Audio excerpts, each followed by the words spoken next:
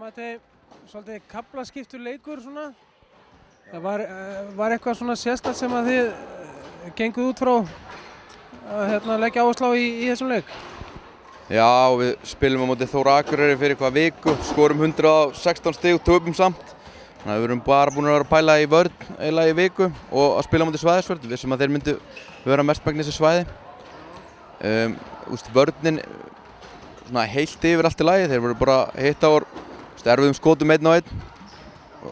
Kaninn og báðir útlendingarnir og líka Hilmir eða Hugi eða báðir jafnvel.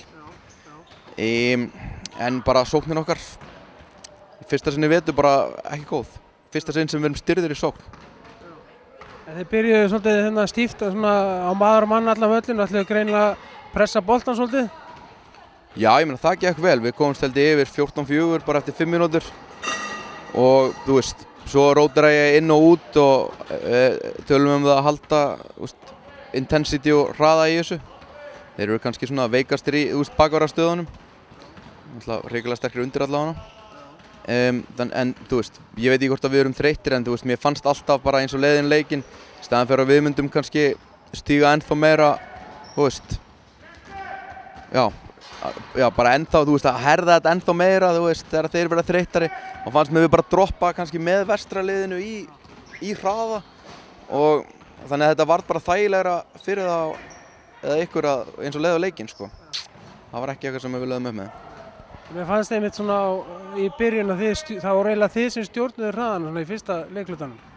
Já, og ég meina það bara rosalega mikilvægt á móti þessu vestralið. Þeir eru hrikalega agaðir, ég held að þetta sé bara langa agaðasta liðið í deildinni. Þú veist, hálfkort sóknin hjá vestra bara hrikalega erfið, sérstaklega þegar Kaninn er farin að skora núna líka. Og ég meina þú sér þó að Nebo sé út á allan þriðja leiklutan, þá bara, þú veist, þeir eru strákarnir rosalega þolinmóðir og þeir bara finna Nemanja og Kanan bara í góðum stöðum. Þannig að leið og þetta droppar á vestra tempó, skilurðu, þá er þetta bara ykkar leikur, sko. Og það er þriðji leikhlutinn, þar sem að 10 stiga munurinn myndast. Ég meina þangað til skiptast liðin bara áfram að vera 4 stigum yfir, sko. En var eitthvað svona sérstakt sem þú varst ánægður með? Já, ég meina, ég sko frá því í síðasta leik sko, þá ætluðum við að bæta bara, þú veist, effort og baráttu og vörn og ég meina við erum að hanga inn í þessum leik bara á því. Við erum að ná loksins, þú veist, 2, 3, 4 stoppum stundum af 5 possessionum í vörn og ég meina þetta er bara viðsnúningur frá því í síðasta leik þar sem að við getum ekki stoppað til að bjarga líf okkar á móti Þór Akureyri, sko. Það er bara skipst á körfum. Ég hef engar áhyggjur af því að við erum með 6 ef ekki 7 gæja í 10 stigum pluss leik eftir leik. Í þessum leik eru 2, 3 að skora. En ég hef engar áhyggjur á sókninni, sko. Þannig að ég er eiginlega bara svona furðu sáttur með að við erum bara lélegir í sókn. Við erum bara lélegir í þessum leik.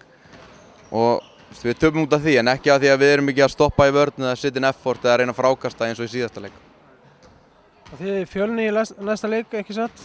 Jú. Þannig að það er svona kannski varnarleikurinn sem þú munt fókusera svolítið á þar. Algjörlega, Fjölnir eru held ég að skora bara svipaðu við, bara nálægt 100 stigum sem er náttúrulega bara bull, skilurðu, í fyrstu deild. Ég meina, menn eru bara að hlaupa upp og niður og kasta honum upp og engar varnir og bara liðið sem að bæði liðin eru að fara að skora fullt af stigum í þeim leik. Þeir sem að ná aðeins að drullast til að spila smá byggur-rólvörn og frákasta eins og menn, ég held að þeir bara vinna þann leik, sko. Það er bara áfram það sem við ætlum að vinna í, sko, þó að við séum ræðilegri í sókninni í dag. Þakka þér fyrir, gangi vel. Takk, sömuleiðis.